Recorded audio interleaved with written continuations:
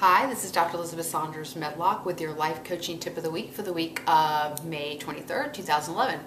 This week I'm going to talk about some ways to deal with worry. Worry is something that a lot of my clients come to me and talk about how much they worry, and of course worry leads to stress. And a lot of us just are so caught up in our heads worrying about the 10 million things we shouldn't be worrying about.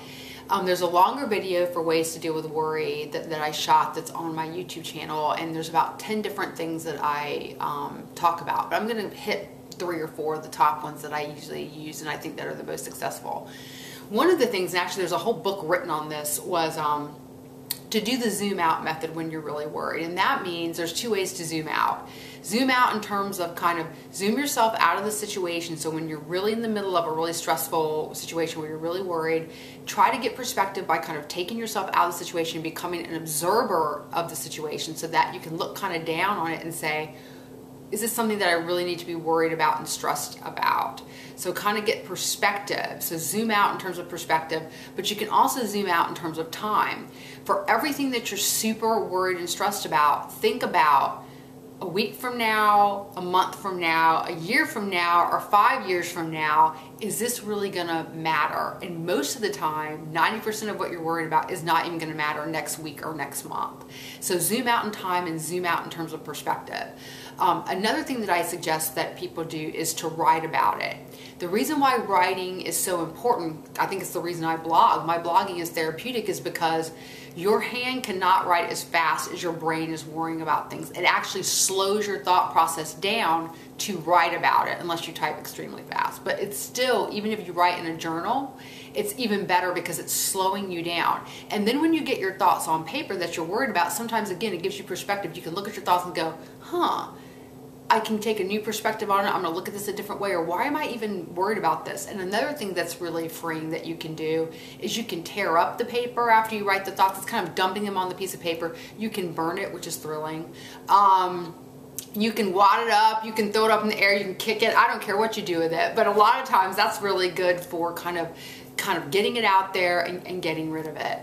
Another thing that I have people do is to actually, it sounds crazy, but yell stop when they get really in that kind of cycle of worry. When you have all those racing thoughts and you're kind of on that train that's racing down the tracks, sometimes you just have to literally yell stop. If you're alone, you can do it out loud. If you're not alone, you can just do it in your head. But the idea is to just say stop to yourself. And once you say stop, you need to flood your head with more positive or pleasant thoughts. It goes without saying to quit negative self-talk, which we've dealt with before. But another thing that I have people do is really rehearse success. So let's say you're going into a situation that's very anxiety-provoking, very worry-provoking, like you have to give a speech or you have to go have dinner with your in-laws or something fun like that.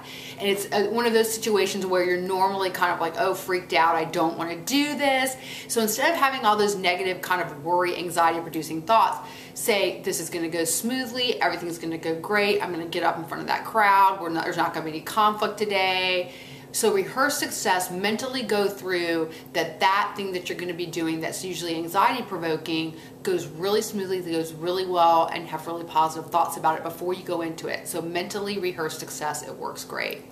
Another thing that you can do that I have clients do all the time, sounds crazy, is postpone your worry, which means actually schedule a time every week to worry.